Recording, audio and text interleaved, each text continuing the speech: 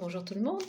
Alors, vous êtes OK pour repartir sur un tirage d'une fleur et découvrir un petit peu ce qui se cache derrière l'état déséquilibré d'une des 38 fleurs de Bach? Alors, si c'est OK pour vous, c'est OK pour moi.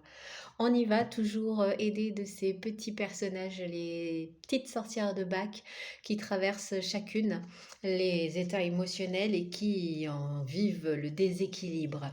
Voyons donc, sans réfléchir, pour pouvoir rester spontané, quelle est la sorcière qui va se présenter aujourd'hui.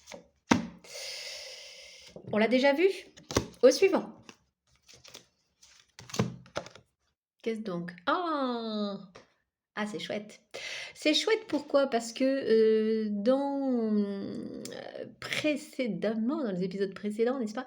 Je vous parlais des 3 fleurs, les 3 élixirs les plus répandus, les plus utilisés, qui sont le plus demandés finalement. Et parmi ces 3-là, il y avait White Chestnut, hein, la rumination, le marronnier blanc. Et puis il y a aussi l'arch, en français le mélèze. C'est un état, on va observer un petit peu ce qui se passe. Vous voyez, elle est en situation. Qu'est-ce qui se passe pour cette petite sorcière? Alors, voilà donc une petite sorcière qui essaye de faire pousser, regardez, vous voyez son arrosoir, l'eau coule sur une petite graine qui pousse de manière assez discrète, on va dire, et le regard de la sorcière se porte sur la fleur qui est de l'autre côté, et toute l'énergie est dirigée vers finalement la fleur du voisin. C'est un- C'était la manière que j'ai trouvée pour représenter l'état de l'arche qui a perdu confiance en ses capacités et qui se compare sans arrêt au jardin du voisin.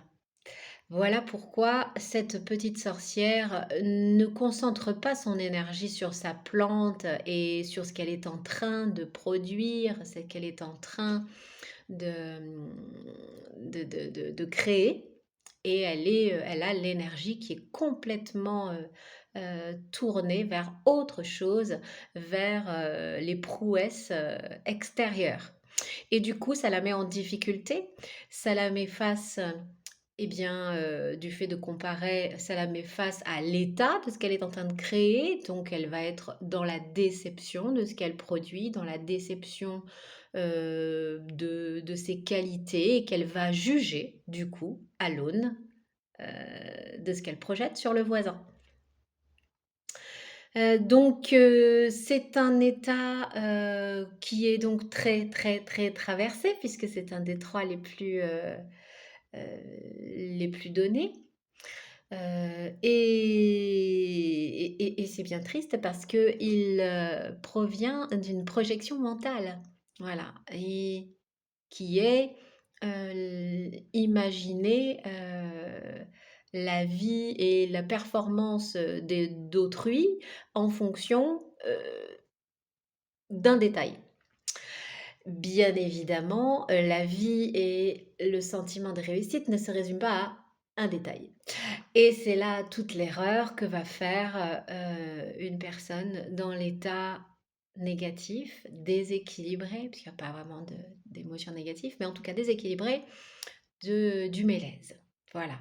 Il se compare, il se critique, il se juge et surtout il ne se trouve pas à la hauteur. Et à force d'être dans cette dynamique-là, eh bien il est dans l'auto-sabotage un petit peu. C'est-à-dire que ce déficit de confiance et le fait que son énergie soit pas dirigée dans la bonne direction, fait que ça va le mettre en difficulté et il va être confronté à des échecs. En tout cas, ça va pas aller comme il veut exactement et hem et ça va être comme une boucle infernale qui va, sans cesse accentuer, cette impression de pas être à la hauteur par rapport aux autres, de pas être à la hauteur et que c'est à chaque fois les échecs vont porter de plus en plus leur poids, sur le vécu de la personne qui va s'en référer à ses échecs et donc,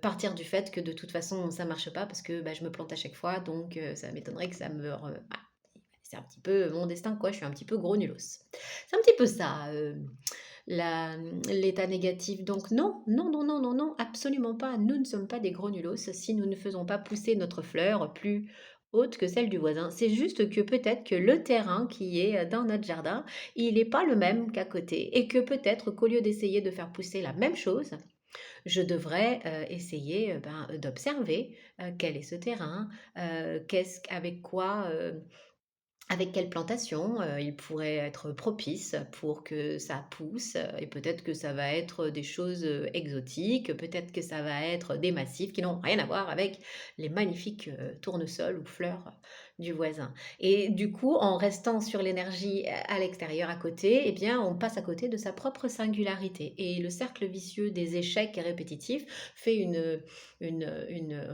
estime de soi déplorable, et dans cette énergie hyper basse, bah, il se passe rien de positif. Donc, pour repasser en cercle vertueux, c'est pas évident. Alors, heureusement, il y a des solutions. Ça, c'est bien sûr le principe de réalité, qui est comme je vous ai dit, d'aller voir, si on suit la métaphore du jardin, d'aller voir qu'est-ce qui pourrait bien pousser dans mon jardin, et puis qu'est-ce que j'aurais envie de faire pousser moi aussi.